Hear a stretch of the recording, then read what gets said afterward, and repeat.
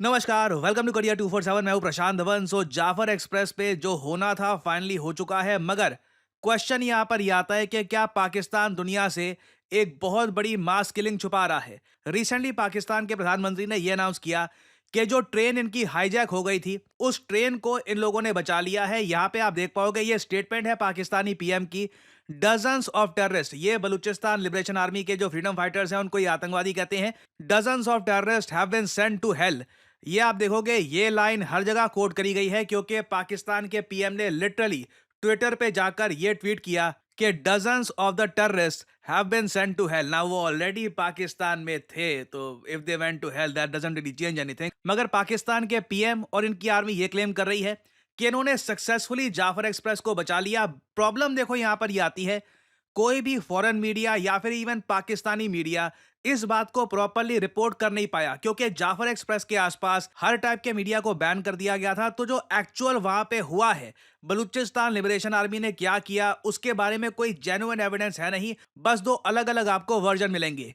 पाकिस्तान की आर्मी कह रही है कि इनके 21 लोग मारे गए और इन्होंने बलूचिस्तान लिबरेशन आर्मी के 33 से ज्यादा लोग मार दिए। वेराज बलूचिस्तान लिबरेशन आर्मी का यह कहना है कि पाकिस्तानी आर्मी जब अपना ऑपरेशन कंडक्ट करने की कोशिश कर रही थी, उसके 1 घंटे पहले ही बलूचिस्तान लिबरेशन आर्मी के फाइटर्स ने पूरी ट्रेन में जो भी हॉस्टेजेस थे 100 के आसपास, इनको मार दिया है। तो अगेन ये आप पे डिपेंड करता है कि आप किसका विश्वास करेंगे, पाकिस्तानी आर्मी का या फिर बलूचिस्तान लिबरेशन आर्मी का।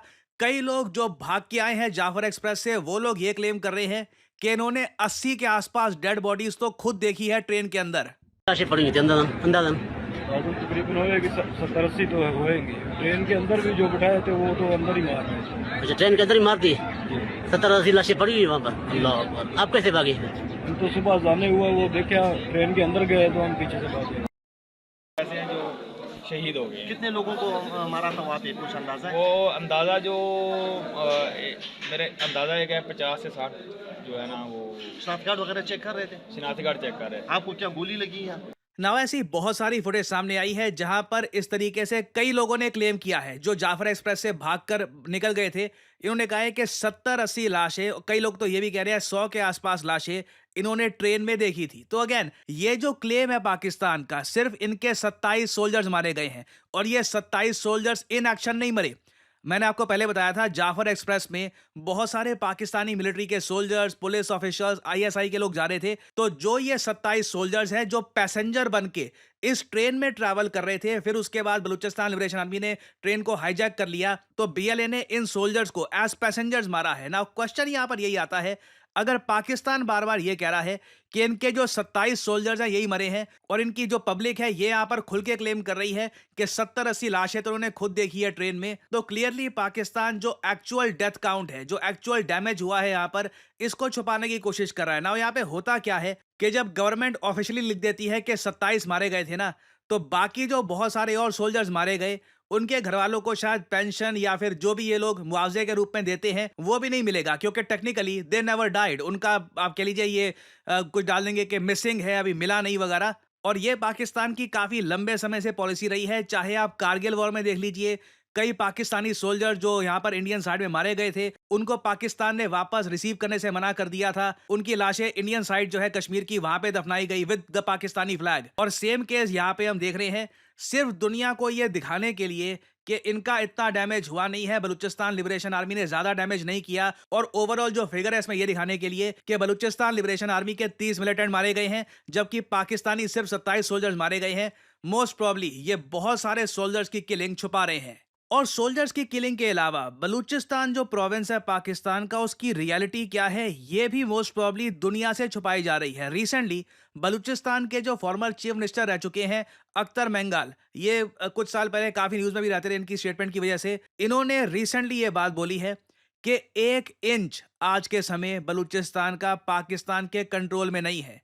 बलूचिस्तान लिबरेशन आर्मी बहुत ज्यादा पावरफुल हो चुकी है। यहाँ पे आप देख पाएंगे, अगेन ये कोई जर्नलिस्ट नहीं बोल रहा, कोई ऐसा नहीं है कि पाकिस्तान से बाहर बैठकर कोई आदमी बोल रहा है। यहां पे आप देख पाएंगे former Balochistan chief minister Akhtar Mengal claims Pakistan has lost control over Balochistan. और नीचे यहां पर यह भी लिखा है कि इन्होंने बलूचिस्तान में जो भी हो रहा है ना, इसके प्रोटेस्ट में पाकिस्तान की नेशनल असेंबली, इनका जो पार्लियामेंट है उसको ये लोग नेशनल असेंबली कहते हैं, नेशनल असेंबली से भी रिजाइन कर दिया था। और आप अगर पूरी स्टेटमेंट पढ़ोगे ना अख्तर मेंगाल की, तो आपको एक ज्यादा प्रॉपर रियलिटी पता लगेगी कि बलूचिस्तान में हो क्या रहा है। Again this is the former chief minister of the state, ये कह रहे हैं they have lost the war. Pakistan की मिलिट्री बलूचिस्तान में वॉर हार चुकी है।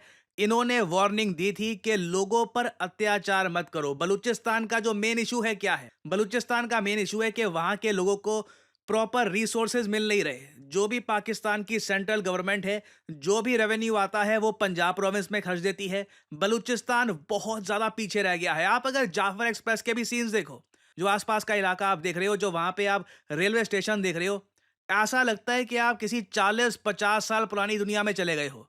और बलूचिस्तान के लोगों ने हमेशा ये डिमांड किया है कि ग्वादर इनकी प्रोविंस में आता है। CPEC China Pakistan economic corridor में बलूचिस्तान का क्रिटिकल रोल है। तो बलूचिस्तान में डेवलपमेंट ये लोग क्यों नहीं कर रहे? मगर पाकिस्तान की आर्मी ने यह डिसाइड किया कि बलूचिस्तान लिबरेशन आर्मी और बलूचिस्तान के वेरियस जो एक्टिविस्ट हैं, जो भी बात कह रहे हैं ना, उनको काउंटर करने का सिंपल तरीका है वायलेंस। यहां पे आप देख पाओगे they dismissed our words as empty threats while they fuelled a system of operation, looting and bloodshed. Every single government without exception has played its role in the systematic genocide of the Baluch people। और जो ये genocide है of the Baluch people, इसके बारे में मैं आपको दिखा चुका हूं। इमरान खान जब एक जमाने में सच बोला करते थे, उन्होंने भी खुल के बोला है कि बलूचिस्तान में पाकिस्तानी आर्मी खुद के लोगों पर बॉम्बिंग कर रही है। That the army butchered civilians, women, children.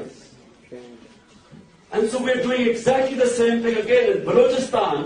They were bombing people. How can you bomb people? Is this an army you're bombing? There are people, women, children living there. But for us, it's very important to understand, are we just bombing our own people? Just think about the immorality of bombing villages where there are women and children.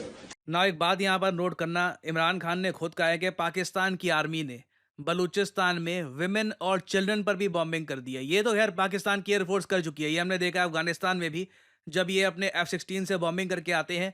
Afghanistan की सरकार ने on record काफी बार कहा है कि innocent civilians including women and children पर bombing करी गई है। कंपैरेटिवली आप अगर देखो ना, तो जो ये जाफर एक्सप्रेस है, यहाँ पर बलूचिस्तान लिबरेशन आर्मी भी ऐसा कुछ कर सकती थी, मगर सबसे पहले इन्होंने औरतों बच्चों को ट्रेन से अलग किया है।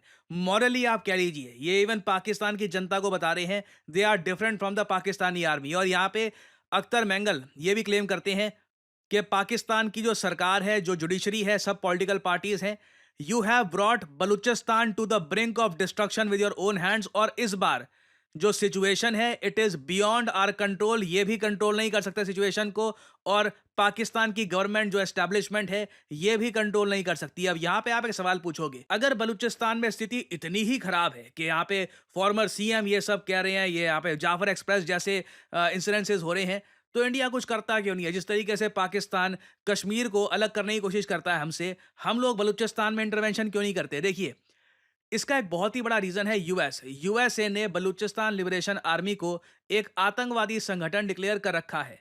यूएस कहीं से नहीं चाहता कि पाकिस्तान का और डिवीजन हो जाए। यूएसए ने 1971 में भी पाकिस्तान का डिवीजन होने से रोका था। अभी भी यूएस चाहता है कि पाकिस्तान जैसे भी है फॉर द टाइम बीइंग बना रहे। हाँ, यूएसए में कई जनरल्स हैं, उन्होंने क्लेम किया है काफी बार कि पाकिस्तान को भी ये लोग अलग करेंगे। कुछ एक लॉन्ग टर्म का इनका व्यू है, उसका मैं कुछ कह नहीं सकता। वो मोस्ट प्रॉब्ली 2045 के बाद कुछ ये देखेंगे। बट अभी के लिए पाकिस्तान का इस तरीके से डिसमेंटल होना ये यूएस के फेवर में है नहीं। और इवन आप अगर देखो, रशिया, ईरान, चाइना, ये सब कंट्रीज भी पाकिस्तान के समर्थन में आए हैं जाफर एक्सप्रेस इंसिडेंट को लेकर।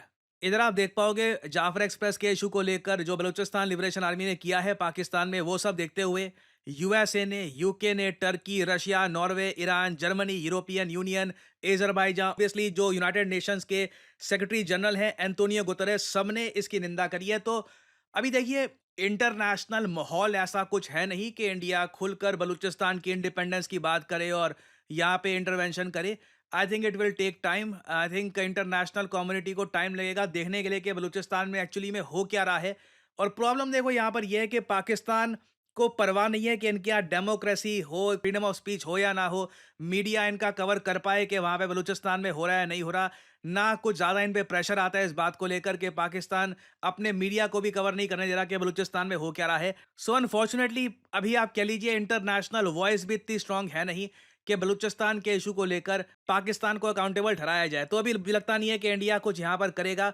बट अगेन सिचुएशन बलूचिस्तान में लगातार वर्सन होती जा रही है और लग रहा है कि बलूचिस्तान के लोग खुद ही एक टाइम पे आकर धीरे धीरे पाकिस्तान का जो ये मिलिट्री गवर्नमेंट का जो ये हाइब्रिड मॉडल है इससे आज़ादी लेने की कोशिश करेंगे। They are already time, but लग रहा है कि इनकी कोशिशें 2025 में और तीव्र होने वाली है और नहीं लगता नहीं है कि इंडिया डायरेक्टली यहाँ पे अभी इन्वॉल्व होना चाहेगा। हाँ, अफगानिस्तान में जो बहुत सारे ग्रुप्स हैं ये लोग ये सब देखकर काफ़ी इंटरेस्टेड होंगे। कई ग्रुप्स हैं अफगानिस्तान में जो पाकिस्तान की सरकार को ओवरथ्रो करना चाहते हैं। सो अगेन ये जो आज के समय हो रहा है पाकिस्तान में, दिस इज हिस्टोरिक और पॉसिबिलिटी है by the end of this decade 2030 तक this might lead to something big.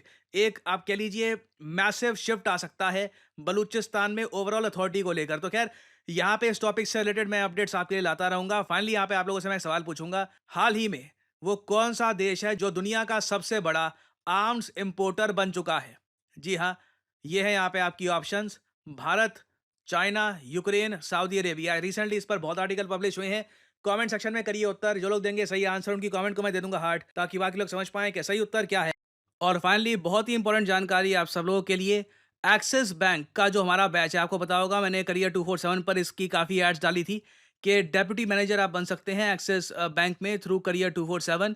तो जो इसका बैच है यहाँ पर PVRM का, ये स्टार्ट हो जाएगा 15 मार्च से। ऑलराइट, तो 15 मार्च से पहले पहले जो अपना फॉर्म है फिल कर लीजिए।